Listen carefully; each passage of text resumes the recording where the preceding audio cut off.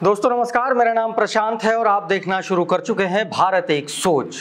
दोस्तों उत्तर प्रदेश के होने वाले 9 सीटों पर जो उपचुनाव हो रहा है उस पर तस्वीर साफ हो गई है और तस्वीर साफ होने के साथ साथ एक बात और साफ हो गई कि भारतीय जनता पार्टी ने अपने जो उसके गठबंधन के दल हैं उत्तर प्रदेश में उनको कुछ नहीं दिया, उनको एकदम जीरो पर ला करके समेट दिया।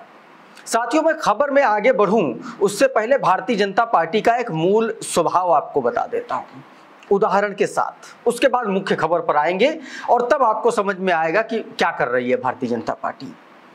भारतीय जनता पार्टी के बारे में कहा जाता है कि भारतीय जनता पार्टी जिस भी दल से गठबंधन करती है उसको खा जाती है। बिहार में नीतीश कुमार को खा गई, उत्तर प्रदेश में अपने गठबंधन के दलों को अब खा रही है। मैं बात कर रहा हूं राष्ट्रीय लोकदल की। राष्ट्रीय लोकदल जब तक समाजवादी पार्टी के साथ गठबंधन में था तब तक सब कुछ ठीक ठाक चल रहा था।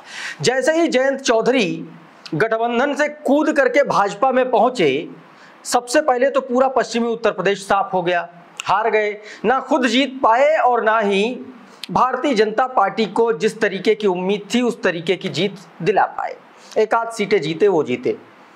अब साथियों उपचुनाव में जब विधानसभा का उपचुनाव हो रहा है तो भारतीय जनता पार्टी ने अपना गेम कर दिया। कहा जा रहा था कि राष्ट्रीय लोकदल को कम से कम एक सीट तो उपचुनाव में मिलेगी ही, जिस सीट से चंदन चौहान विधायक थे और वो अब बिजनौर से सांसद बन गए। लेकिन भारतीय जनता पार्टी ने साथियों इसमें भी गेम कर दिया। क्या गेम किया है अभी मैं आपको बता रहा हूं। सबसे पहले मैं आपको गेम बताऊंगा भारतीय जनता पार्टी ने किस तरीके से राष्ट्रीय लोकदल को एक तरीके से खत्म करने की ठान ली है। इसके अलावा मैं बात करूंगा कि मीरापुर विधानसभा सीट पर राष्ट्रीय लोकदल में कैसे बगावत के सुर फूटने लगे हैं, कैसे भीतरघात का डर अब जयंत चौधरी को सताने लगा है, ये भी बताऊंगा। साथ में बताऊंगा कि पैराशूट उम्मीदवार जिसको आरएलडी के सिंबल पर लाया गया है दरअसल वो है कौन, सब कुछ बताऊंगा। लेकिन सबसे पहले मैं आपको बता दूं कि मीरापुर से राष्ट्रीय लोकदल की तरफ से उनके कैंडिडेट के नाम का ऐलान हो चुका है। नाम है मिथिलेश पाल। मिथिलेश पाल को साथियों आरएलडी और भारतीय जनता पार्टी ने कैंडिडेट बना दिया है। दूसरी तरफ समाजवादी पार्टी की तरफ से सुंबुल राणा जो कादिर राणा की बेटी हैं, कादिर राणा पूर्व सांसद रहे हैं, पूर्व विधायक रहे हैं इसी सीट से। जब मीरापुर सीट का नाम मोरना हुआ करता था उस सीट से 2007 में कादिर राणा विधायक जीते, फिर उसके बाद इस सीट से वो सांसद बाद में बने, फिर इस सीट पर उपचुनाव हुआ और उस उपचुनाव में भी साथियों उसके बाद मिथिलेश पाल जीती थी 2007 में और मिथिलेश पाल जीती थी आरएलडी के टिकट पर। यानी कि मिथिलेश पाल आरएलडी की एक तरीके से पुराने वक्त से आरएलडी में रही, लेकिन बीच में उन्होंने आरएलडी के साथ बड़ा गेम किया। उस गेम के बारे में मैं आपको पहले बता देता हूं, साथ में आप ये भी समझ जाएंगे कि कौन मिथिलेश पाल हैं। तो साथियों मिथिलेश पाल ने उनका जो पॉलिटिकल करियर है उन्होंने बहुजन समाज पार्टी से बतौर जिला पंचायत सदस्य चुनाव लड़के शुरू किया।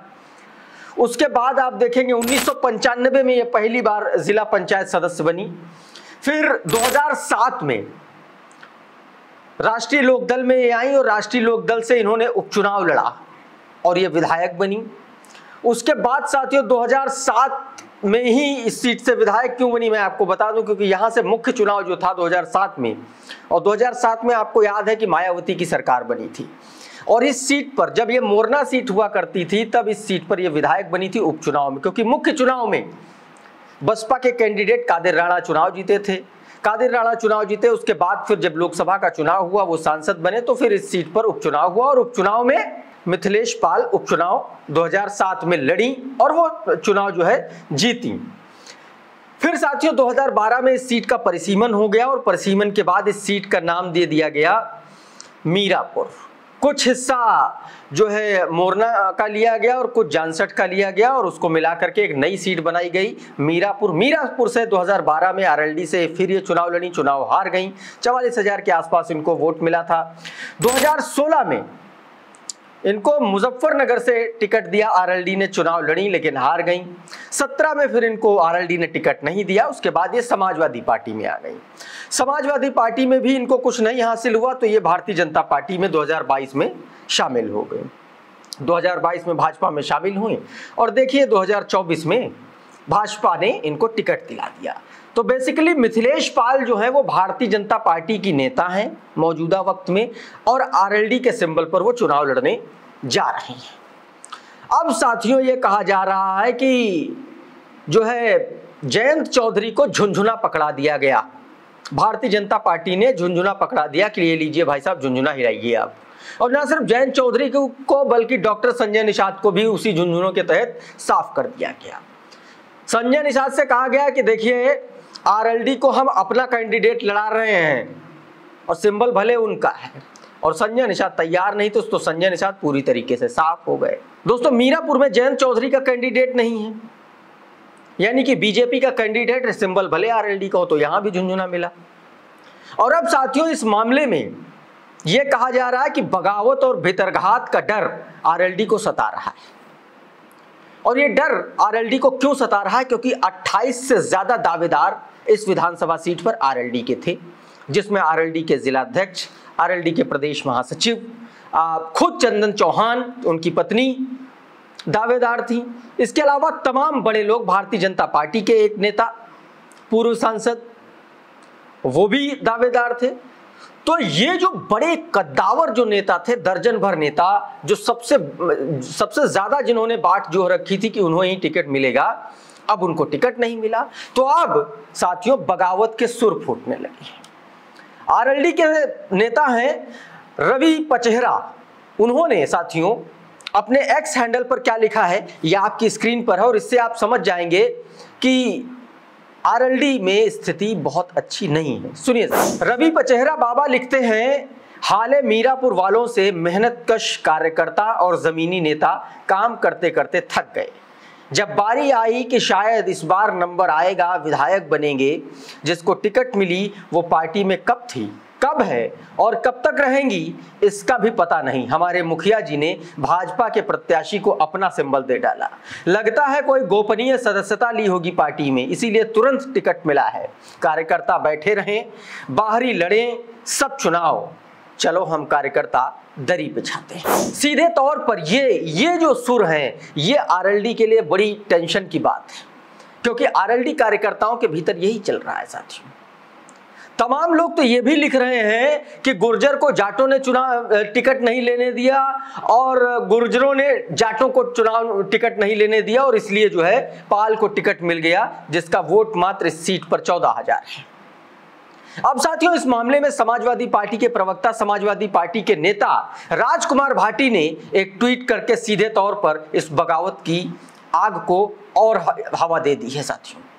राजकुमार भाटी ने क्या कुछ लिखा है ये आपकी स्क्रीन पर। राजकुमार भाटी लिखते हैं कि मीरापुर का टिकट घोषित होते ही रालोद में बगावत हो गई। पीडीए की एकजुटता की बदौलत समाजवादी पार्टी भारी बहुमत से ये सीट जीतेगी। सपा 9 की 9 सीट जीतने जा रही है। सीधे तौर पर राजकुमार भाटी ने बगावत का जिक्र कर दिया। और इसके अलावा टेंशन यही नहीं खत्म होती है, टेंशन राजकुमार भाटी के बाद जो मीरापुर, मुजफ्फरनगर मीरापुर क्षेत्र के जो स्थानीय लोग हैं वो भी आरएलडी और भारतीय जनता पार्टी के लिए बड़ी दिक्कत बनते जा रहे हैं।